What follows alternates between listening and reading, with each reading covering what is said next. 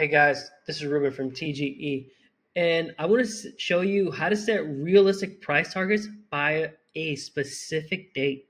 Okay, and this you could be used for swing trading, day trading, or anything in between. And I want to show you what tool I'm using to help you do this. Okay, and right now it's 12:56 p.m. So this is happening in real time as of right now. Okay, so here is SPY.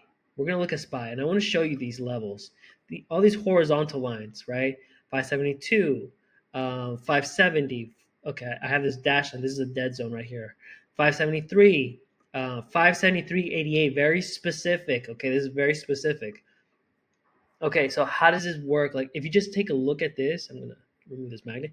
You see how it went here and then it died. It went back to this level of support, this key level, went back above, right?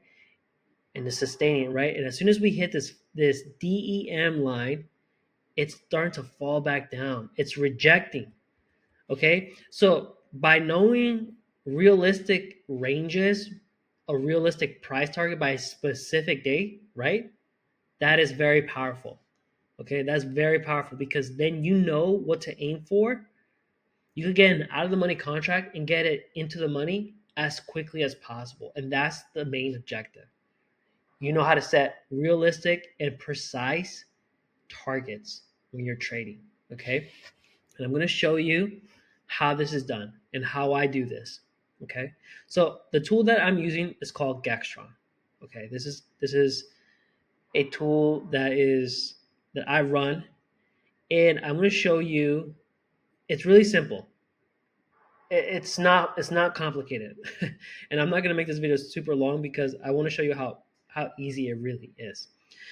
The first thing I do when I log into Gextron is that I like to look at the data around 9:45. It's the freshest. It's a lot of the movement has already happened.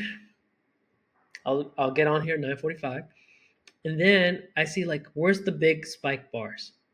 These big spike bars will represent as areas of interest, key levels. Okay, negative bars represent support levels, and positive bars represent resistance levels. And it doesn't mean it has to be resistance only. They can flip. They can turn from resistance to support or support to resistance. Okay, so this is how this works. I grab all this information and I mark it. 572, 575, 565, okay, even 573, because you see how it kind of dies in momentum here. I like to consider, I like to, when I see stuff like this where momentum dies here, it's practically flat, and then it picks up again, I like to consider this as a key level. Okay, so that to me is a key level.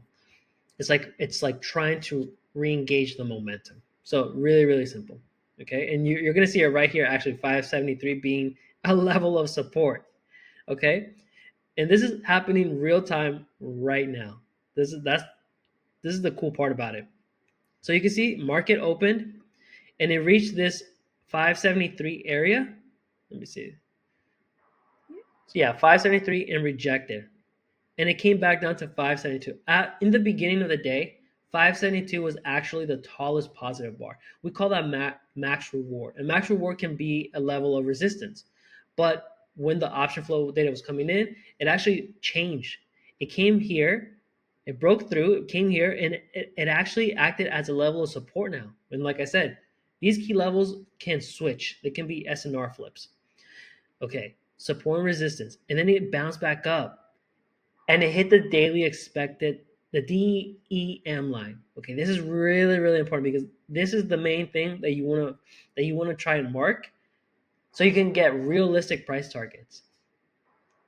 So your accuracy at calling the tops or the bottoms becomes even better. Okay, can it go a little bit higher? Yeah, most certainly can. You saw how it went higher here, but when it came back down, this is a hard area. Okay, the reason is because stocks move in expected moves. It's based off of implied volatility. Okay, but you don't have to worry about that because Gextron makes it really, really easy. So you can see here, it tried to get back here. It's just ping ponging around here, but now it's getting rejected. Okay, let's see what happened here. How did I get this DEM line? We know how to get the areas of interest, right? Big spikes, spike, spike, easy. That's easy. But not to set realistic price targets. Because if you're day trading SPY, you need to know what is a realistic price target. So, like I said, the first at 9:45 Eastern time, I like to go here to the calendar tab on the right hand side, and you're gonna see a bunch of a bunch of months, right? March. I open March, and within March, you'll see all the available expirations for SPY. And you can see here that it's marked by DTE, the date, but there's a column here called EM. This is expected move. And this is based off of the Black-Scholes model. We like to use implied volatility because implied volatility is a forward-looking metric. It's helpful to forecast the future, right? This is not something that you can access with ATR or any price lagging indicator. There's no way to predict that. It does not have access to forward-looking metrics, okay? So we use implied volatility to calculate this number, and we mark it, right? Now, as the day goes by, this number will shrink because, of course, theta is going to destroy it, right? Theta is meant to decay the contracts, which then shrinks the expected move for that given ticker. So as of right now, there's $2.20 left in the day for SPY to move. Can it go lower? It can, but the likelihood is probably really low. This is about a 70% hit rate of happening. So that's a really high hit rate for expected moves for this expected move model. Okay, now you can see here that in the morning I got the level. Okay, I grabbed the number, which I believe was like $4 or $5, and then I added this number to the top and to the bottom. So I did 574.33 or whatever the spot price was at the time in the morning, and I added the expected move, and then I subtracted, and it actually gave me these two lines, 557 sorry 573.88 and 567.18.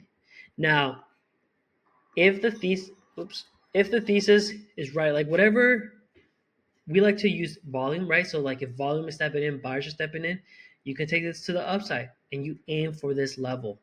And you can see here it hit once, rejected. It tried to go here again, it could not do it. It did happen right here at the 12 p.m.